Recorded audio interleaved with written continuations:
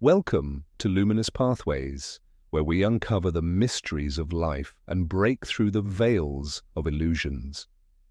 This is the space where we explore profound truths, hidden insights, and untold stories that shape our understanding of the world around us.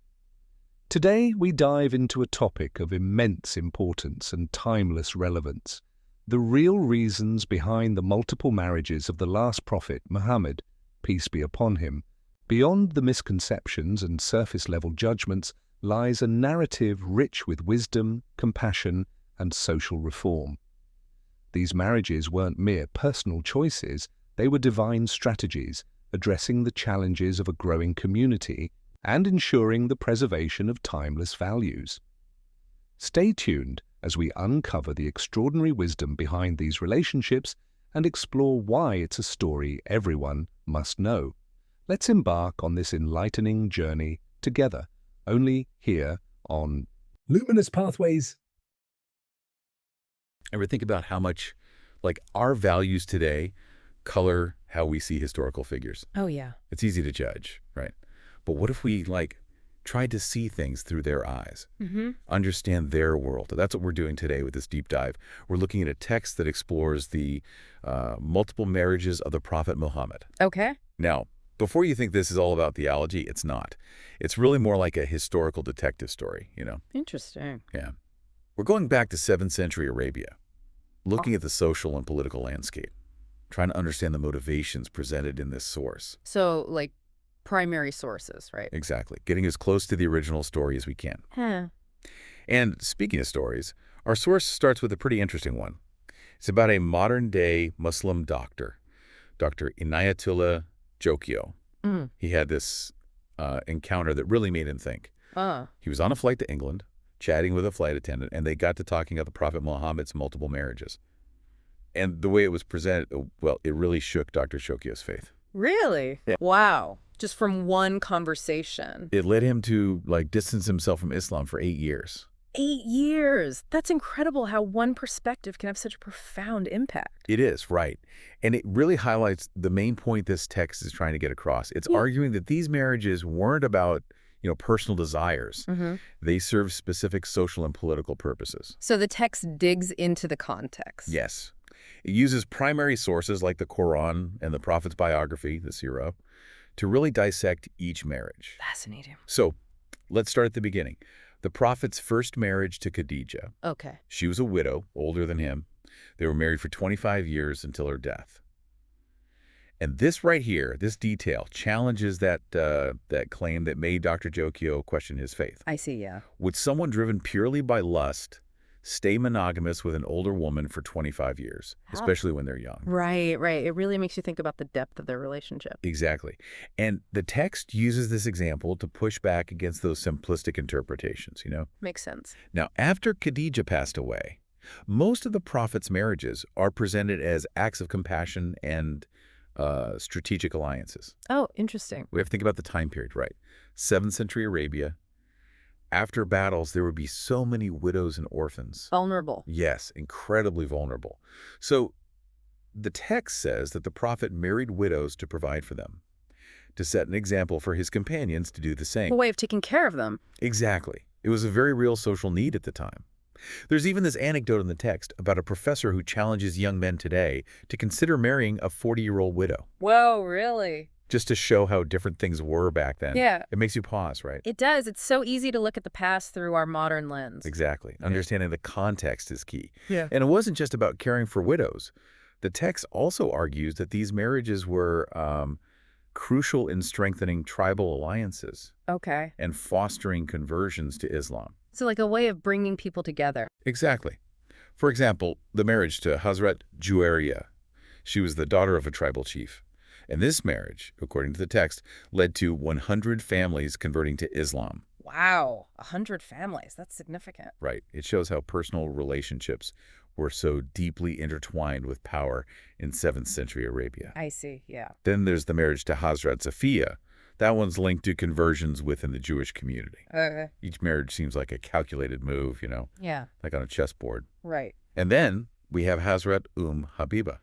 Her marriage to Abu Sufyan turned an enemy into family. Wow. It's amazing how these unions could change the entire social and religious landscape. The text makes it sound like the prophet was a brilliant strategist. It does.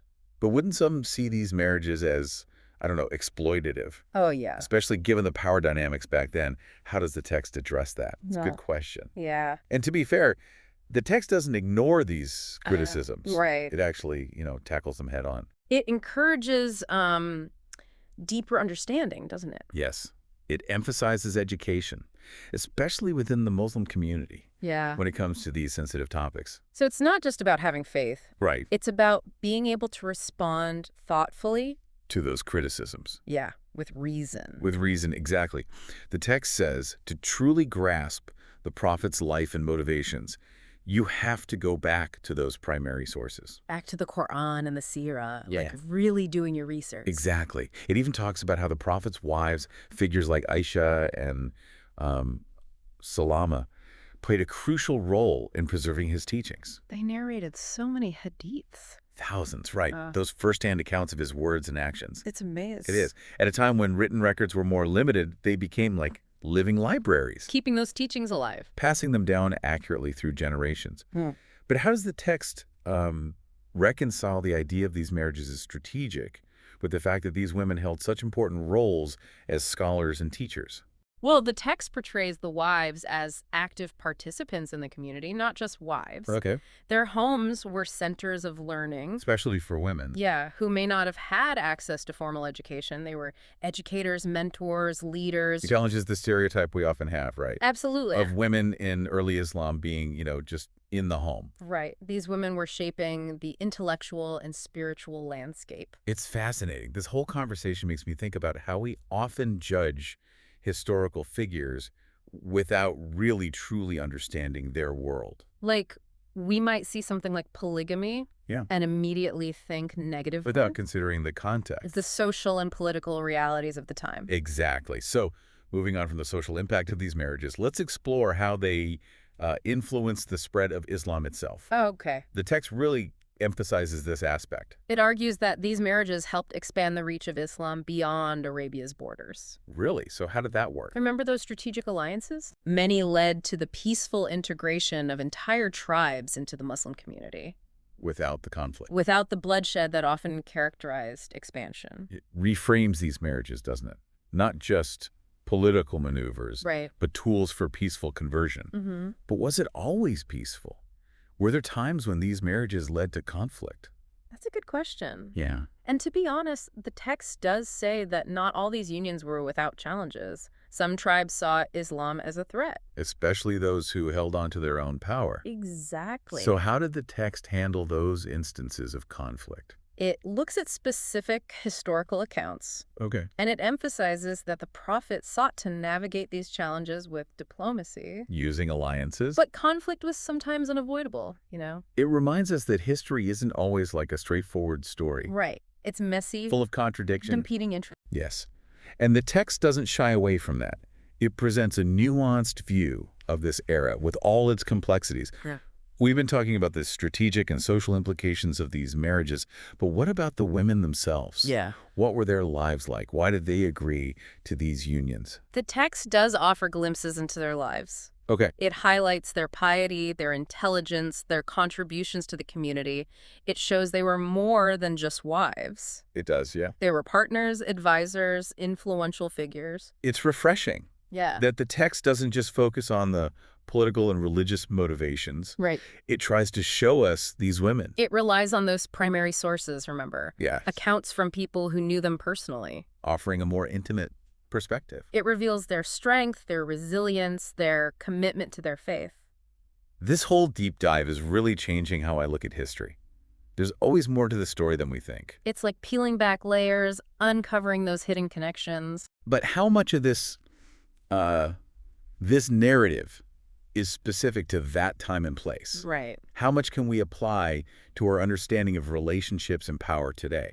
It's a tough question. It is. And the text doesn't give us easy answers, Okay. but it gives us a framework for understanding. A way to think about it. It encourages us to think for ourselves. To draw our own conclusions. It's Exactly. about empowering us. To engage with history. To ask tough questions. To consider different perspectives. It's a reminder that history isn't just about the past. Yeah. It's about how we understand ourselves and the world today. It's a conversation that's always evolving. As we learn more. As new interpretations emerge. This brings us back to Dr. Jokio. Imagine if he had this deeper understanding before that conversation on the plane. Yeah.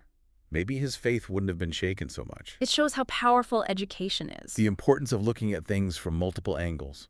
Not just accepting what we hear at face value. And that's the text's central message, isn't it? Don't just accept surface-level interpretations.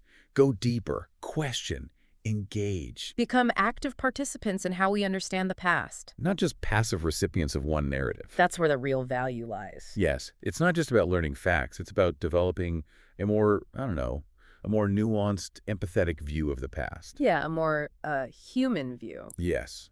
It makes you think, what other events or figures from that era deserve another look? What other stories are out there? There's always more to discover, right? Exactly.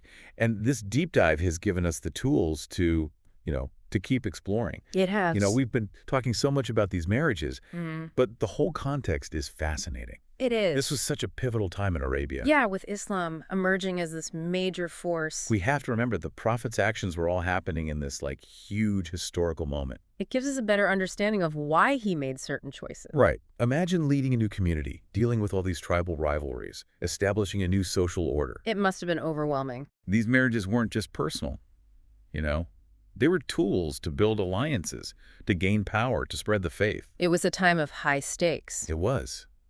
And it just shows how personal decisions can have huge historical consequences. It's incredible how individual lives and those larger forces intertwine. It's like we're looking at a map, zooming in and out, seeing both the big picture and the individual stories. And that's what makes history so captivating. It is. It's both grand and intimate at the same time. It's about understanding those forces that shape societies. Right. And the choices people make within those constraints. It's a reminder that history never really ends, does it? No, it doesn't. It's a constant conversation. We're always learning, reinterpreting. And shaping our understanding of the world. So as we wrap up this deep dive, I want to leave you with this thought. What assumptions do you hold?